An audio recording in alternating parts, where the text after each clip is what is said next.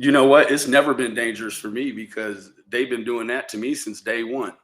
They've been putting my address and stuff online. So that ain't nothing new to me. It's tens of thousands of people know my real phone. Look at my, you got my phone number, right? It's not hard to find me. Like, I'm right here. Yeah. Yeah, there's no shame in my game. I'm completely transparent. I got nothing. I mean, nothing.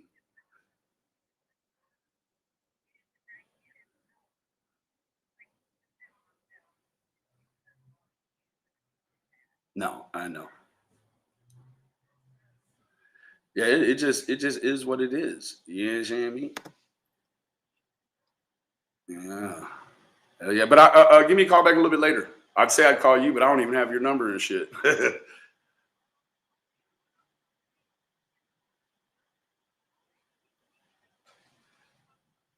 Yes, they do need to call the cops on Jeannie. I said, yes, they do need to call the police on Jeannie, evidently. That's who I think, I don't know who did it. Yeah, I know she did threaten suicide, and shame on me for not having had called for some help for her. You're right.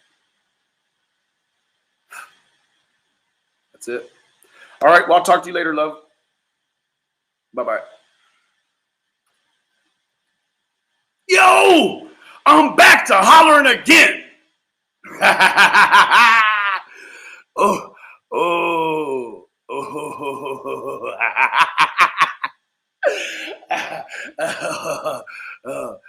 Police, police. Hold on. Does anybody know how I find the short videos on my channel? Let me see. How do I find the shorts, man? How do I find the shorts? Home. Is that it? Oh, no, that's not. Oh, here it is right here. All right. You guys ready? Okay. So my friend Mike and I, we were sitting here. Um,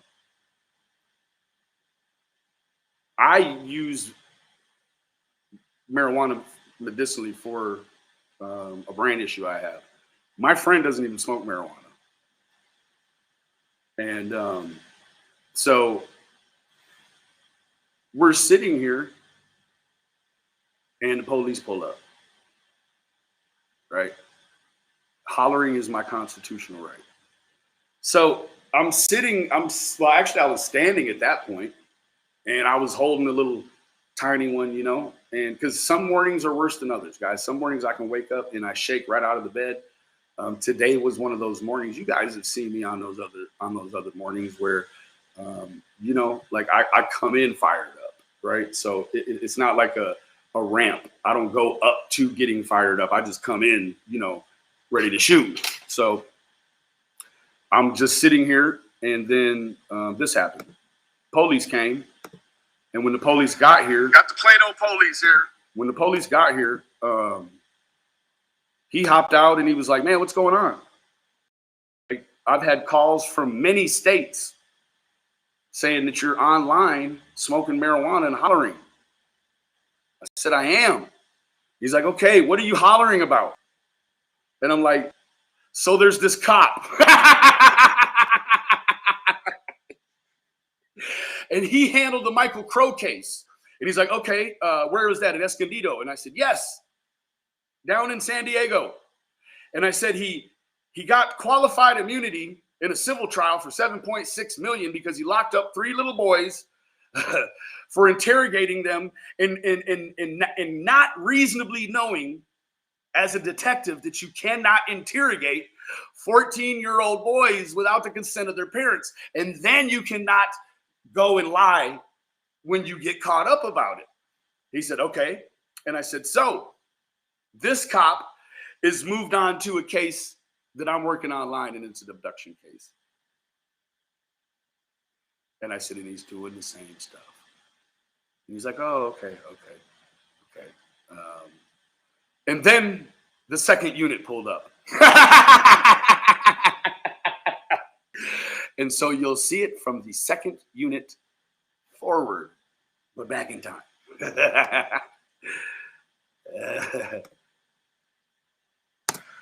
Got the Plano police here. They want to violate my First Amendment. Yeah, see, guys? No, that one does. Have a good day.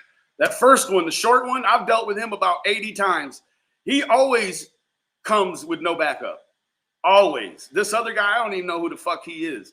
I think they might call him Rook, short for rookie, because I know all the cops on the east side, and he ain't them. This guy, he's heard my First Amendment spiel 50% of the time he comes around. So that's about, I don't know, 30, 40 times. They want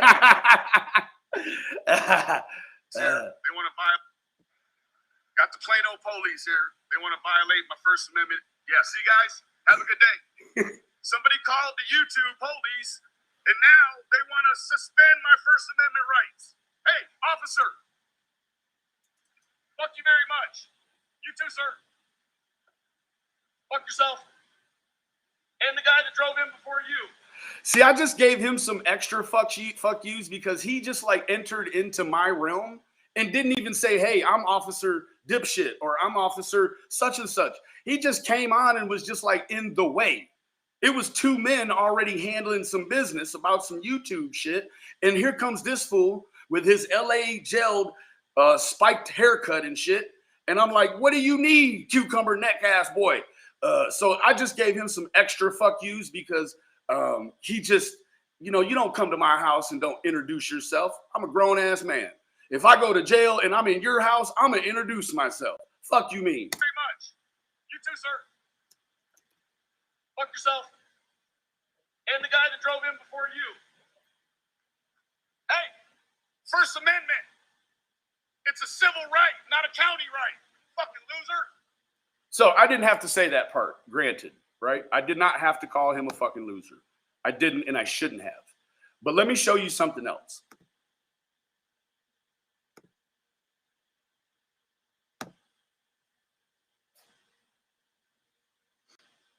Okay. This is something that happened to me a couple months ago. And I tell you what, I'm still not all the way right from it. But this is what I actually do. This is the shit that I do. So let me tell you what.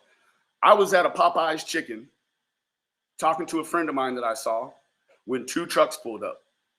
A group of Hispanic men got out with guns and they exchanged fire right in front of me. One Mexican boy went to the ground. A group of Mexican boys got in one truck and sped away. The group that remained picked up the Mexican boy off the ground in front of me and put him into the truck. And then they take off. So I, having saw all of it, wanted to try to render aid to this gentleman in this truck and make sure that because I'm a concerned citizen and I don't let no shit happen on my side of town that I can stop or be a part of, I chased the truck. I chased the truck and was able to get all. So what happened was they saw me following them and then they pulled into a barbershop. They jumped out of the truck and they ran away all in different areas. I ended up chasing one boy in my car down an alley, and it became very clear that he was the individual that had been shot because he could not stand up. He would stand up, take a few steps, and then fall down like he was hit. So I immediately put my car in park and jumped out and was like, I'm here to help you. I'm here to help you. And he was able to kind of compose himself and get away from me. And I'm telling him he was just scared, even shot. So this is what ensued after that. I was up here at the Popeyes. Give me some chicken. One Mexican boy just shot the fuck out this other Mexican boy right in front of me, man. Man, I had to go switch up cars. Man, they got me fucked up out here, bro. Shot that Mexican boy right in front of me. I swear to God, man. Oh, shit.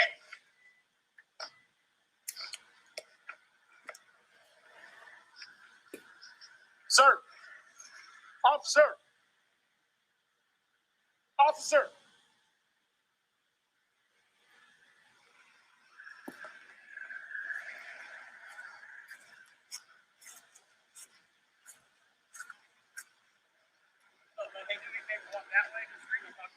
I'm the guy that called it in. Okay. No, he went that way. Okay. I was over at Popeyes. Okay. Okay. There was two cars, a truck. That truck and another bigger like Chevy with. That was the truck that they all ran from. Right? Now the boy who had been hit, he truck. That truck. And he got out like and Chevy he ran. I'll show you. Mutter tires. Not that Ford over there that's running, right? And he ran down this alley. So I chased him down the alley trying to get his attention. Well, I had his attention. I was trying to render him some aid, but it was clear that he was involved in returning fire or starting the shooting first. That part wasn't clear. So I got all the information for the shooting. Unfortunately, the boy popped up in the hospital, and he did not make it.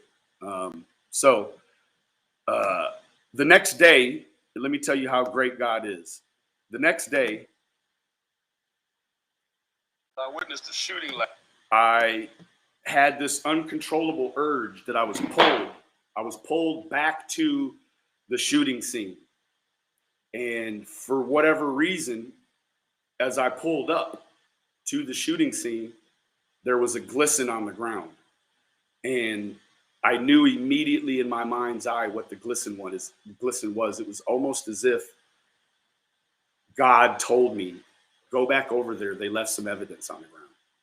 And I was like, then my trusting, confident mind in the police, the plain old police, was like, no, they didn't leave any shell casings on the ground. I witnessed a shooting last night. I ended up doing a little chasing on them or whatever, but this is how confident the plain old police are. That's a shell casing to a .40 caliber Smith & Wesson. They left it there. They left two others there. There was a total of 4 shots. So maybe one had a revolver, but all 3 automatic handgun cartridges I found on the ground. So what happened was when the police arrived, instead of following their protocol when there's things of evidentiary value, especially a shootout, you know that there's potentially forensic data information on the ground in the way of expended shell casings, right? When you're in the heat of the moment, no one stops and picks up their shell casings, right? Back in the old days, I'm not going to say but the trick was to take a pillowcase, put your gun inside the pillowcase, and if you're going to do something, when you have to fire, the shell cases stay inside the pillowcase where your hand and the gun is. Thus, you don't drop them on the ground. So, most generally, always, and never does someone put their gun inside a pillowcase. So what happens is they leave the forensic data on the ground. Now, when you're using a gun for a very organic purpose and a natural purpose, this is not an issue. But when you're using it for the wrong shit, there's never time to pick up your footprint. So police know when there's a shooting that you never drive up to right where the shooting transpired. You pull up, park short, and walk up and survey the scene. These fools, upon further review, drove right up on the scene and parked on top of the shell casings. There were 80 laws out there that night. 40 on this scene and 40 on the other scene. 80 laws. Some of them had 2 laws in each car. There's over 100 laws there. And they couldn't find 3 shell casings. But the night before, I got them all the information to close the case. And then the next day I came back, and what did I do? I retrieved the forensical data. They left the shell casing on the ground. Unbelievable. I came back over here just to see if there was anything going on, and I find the shell casing. How is that? Now watch, they'll probably say I tried to put it there because I was involved last night or something crazy, but they'll be able to have footage from right here, you would think, showing that this is the first time I've been back over here. So this is just insane. I had an intuition to come back over here, and I did, and there it is right there. So I don't watch too much TV. I'm for sure that's just incompetency. So then let me tell you what. They came back in full force to get these 3 fucking shell casings, like 20 of them. CSI, top brass. You know, I'm talking about guys that don't wear fatigues, guys that wear suits and got a fucking badge inside on their pocket and shit. I'm talking about those kind of police. They come out and they put traffic cones over top of the shell casings where it was just a drive-through where cops came through. And I guess it was a what not to do clinic on collecting evidence, because a chain of police came through. They would get out of their car and then they would walk over and lean down and look inside of the safety cones at the shell casings, right? Meanwhile, just a rookie beat cop, he's like, what if we left the 3 casings here? What if we left some other shit? They go 10 yards over in some bushes and fired fucking Glock pistol on the ground. You do the math. We'll see. I called them. They're on their way. They'll probably try to fuck with me again. Pardon my French, guys. Anyhow, tune back in here in a minute. So, I don't know, guys. I don't know, right? This YouTube, it's really with the shits. It's 225 of y'all in here, man. You see what they're doing? Hold on. They said, you're on live smoking weed and yelling. Fuck you mean? So guess what? Guess what the score is now on the welfare checks? The Wells families, 1. The Keys family, 1. We're in a deadlock, bottom of the first. Bases are juiced, 2 outs, and we got a man on deck.